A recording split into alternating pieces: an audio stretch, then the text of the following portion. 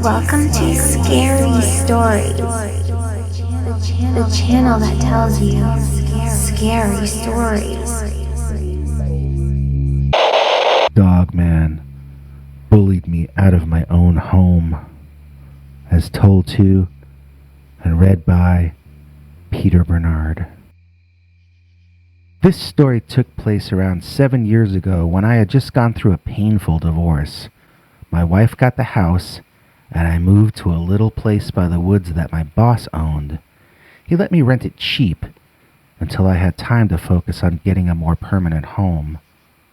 I don't know if he would have rented me the place if he knew that the property was infested with Dogman. In fairness to my boss, he had purchased the place as a summer home for his family. Then he himself got into marriage troubles, and the home had never actually been used by anyone. So it had literally been sitting there 5 or 6 years undisturbed, other than an occasional housekeeping and dusting trip out there. When I showed up, the house itself was immaculate both inside and out, but the grounds were more than a little overgrown. Nature was making it clear that it wanted very badly to swallow this entire house up and disappear it forever. So I had to devote a significant amount of time and muscle the first couple of months I was out there, just beating nature back enough for me to have some space to live there too. Among the other things I learned were, number 1, that there is no place a plant won't grow, and number 2, there is almost no place in your house that a rodent family won't enjoy giving birth to lots of babies. I was able to humanely remove all the mammalian creatures living in the house, and I became personal friends with the closest orchid man. Each day I made steady progress turning this frightening patch of woods into a home fit for a civilized human being. But there was one aspect of those woods that I hadn't been able to tame, and he was about to make his presence fully known. That night, I woke up to what I thought was the sound of glass breaking. I walked around both upstairs and downstairs, checking all the windows, and they all seemed intact.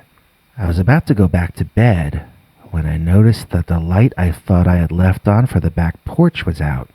I went over to hit the switch, but I saw that it was already turned on. That must be what the breaking glass was. Something must have broken the outside light. A bolt of fear shot through me. Animals wouldn't break a light bulb. I'm not even sure they could do it by accident. Was I being harassed by humans or one lone crazy person? I started to look out of the windows to see if anyone was out there. Then I suddenly realized I wasn't really emotionally prepared for what I might see. Instead of looking out, I drew all the drapes and curtains and put down all the shades. Maybe I couldn't see who had broken my light, but they wouldn't be able to look in and see me anymore either. The next morning, I replaced the light, and sure enough, that night something broke it again. I rushed to the window to look, but there was nobody on the porch. How had they done it? Maybe it was a kid hiding in the bushes with a BB gun? Just then, something pinged off the window I was looking out of, and the glass cracked all over, not breaking. It was a hard-thrown pebble that had done the damage. I had seen it in the last second before it struck the pane. I knew exactly what direction it had come from. I looked at the pebble's point of origin, and I could clearly see a dog. A large dog. So who had thrown the pebble? The dog's master must be somewhere near him. I saw nobody, only the big dog, who resembled some kind of giant boxer or pit bull, but darkly colored. Then I saw the most amazing thing. I saw that dog reach down behind a bush with its front right paw. Then I saw it pull its arm back, and at the end of that arm was a hand, or at least a claw in the shape of a hand. What I'm trying to say is that it had a thumb, and it was holding something in its hand with an almost impossibly quick flick of its wrist. The object in the dog's paw was flung up toward my window. It smashed clear through over my head, taking most of the glass in the top window frame out in the process. I was covered in glass shards, but I was feeling no pain. I had just seen a dog throw a pebble through a window. I had just seen an impossible thing. Then I saw another impossible thing. The dog stood up. I mean, it stood up like a man. It had giant hand-like paws, and it could stand on its hind legs, maybe to make an aggressive display. And that is exactly what it did next. It roared and screamed and bellowed so loudly it was like he was in the room with me. The glass in the window in front of me vibrated back and forth, and parts of the already cracked main frame shattered and fell. Satisfied that he had made his point, the dog, who stood like a man, turned around and walked back into the woods. And I swear, it was wagging its tail. So I had guys out to fix the windows, and I got this special kind that isn't supposed to break as easily. It's not bulletproof, but it's sturdier than regular glass. I forget the name for it. That night, the Dogman came back, and he was much angrier than the night before. It was as though he thought he had made his point, and he expected me to be gone already, or at least on my way out. I hadn't ever considered moving out just because of an animal problem, and that is still what I considered the Dogman to be at that point in the story. But he was about to change my mind on that score. Like I said, he was much more agitated than I had seen him last time. He seemed utterly insulted or flabbergasted or something. He smashed 2 windows upstairs with much larger rocks than he'd been throwing the night before. And his screaming was like that of an insane person. He sounded incredibly pained, like the most mournful wolf howl you had ever heard, and yet ridiculously, furiously angry at the same time. He had lost his temper, and now he was losing his mind at my disrespect of refusing to leave his turf. His screaming was so horrible, it got me angry in return. At first I vowed to fight him. I walked to the back windows and shouted at the monster creature standing there, yellow eyes boring into me. I cursed at it, and I told it to go away.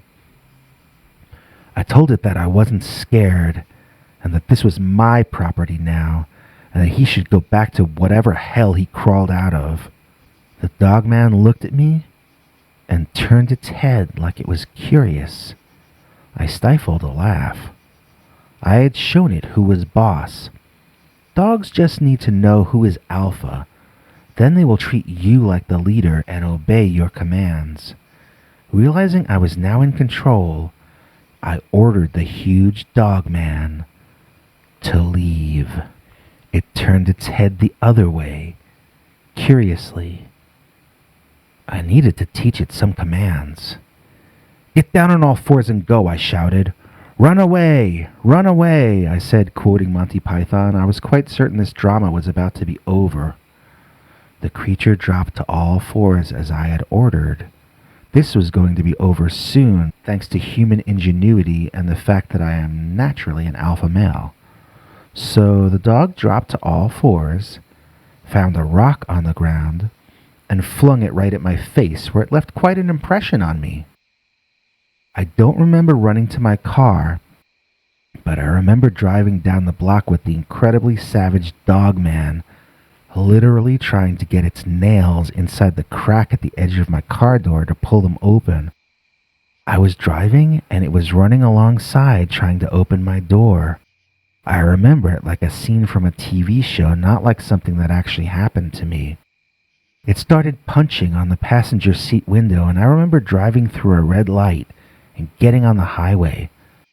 I also remember being in the hospital, so I think that is where I drove to.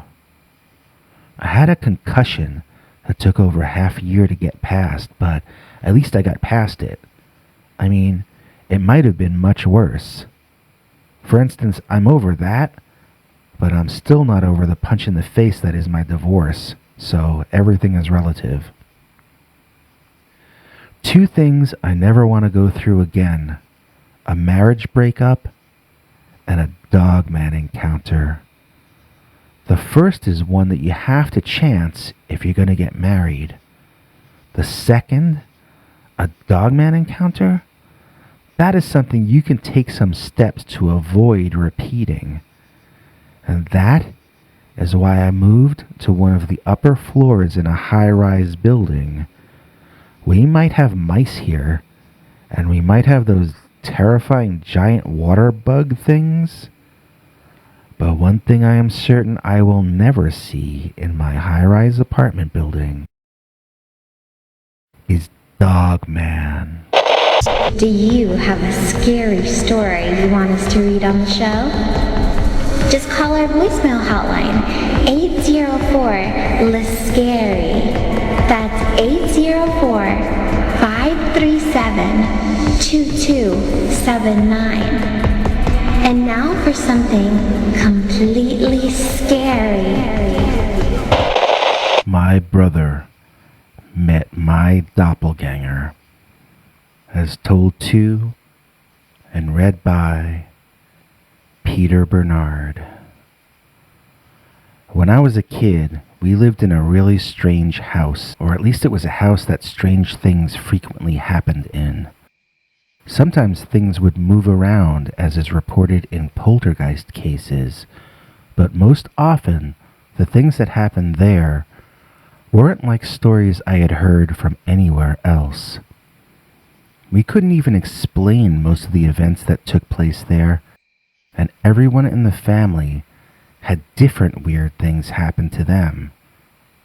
The scariest to me personally was something that hadn't even happened to me. It happened to my brother. But it involved me, or at least something that appeared as me, whatever it actually was. Before I get to that, let me tell you about some of the things that happened to me personally in that place. First of all, there was Mr. Magnuson. He was the milkman who I would talk to in the morning when I was young. I was always up earliest in my house, and when I was a kid, I would enjoy sitting on the front steps of the house and watching the morning until other people started to get up. Mr. Magnuson, the milkman, would pull up in his old horse-drawn milk wagon and leave us a bottle of milk. Then we would have a conversation. One time, we talked about his horse. Another time, we talked about the farm he picked up the milk from to deliver it to us. Then, one day, I was telling my mother about Mr. Magnuson, and she told me we didn't have a milkman. She said she bought all our milk from the supermarket. But I saw Mr. Magnuson leave us a glass bottle of milk every morning. So I got up early the next day and I sat out in front of the house. Mr. Magnuson never came.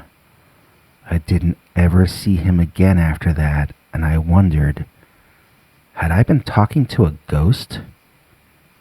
Had I been part of a time slip? Was I talking to the milkman that used to serve this house years before I was born? It had seemed odd that he would show up in a horse-drawn wagon.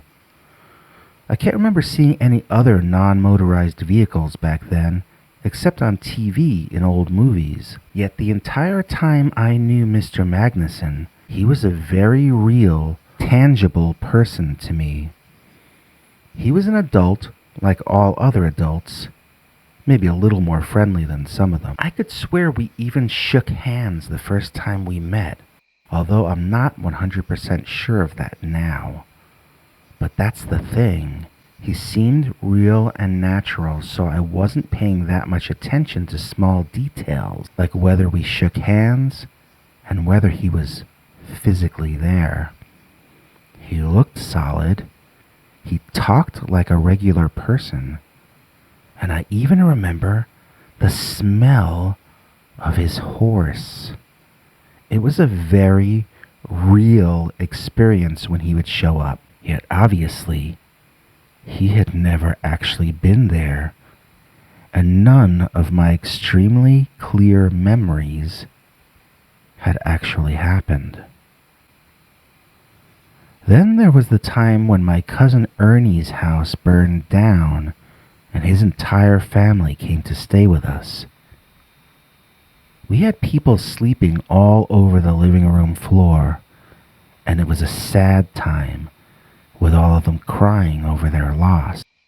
The next morning, everyone was gone, and nobody in my family knew what I was talking about. Cousin Ernie was fine, and their house was as well. I had lived through an entire day that just got erased. One day, their house was ashes, and the next day, it was undamaged.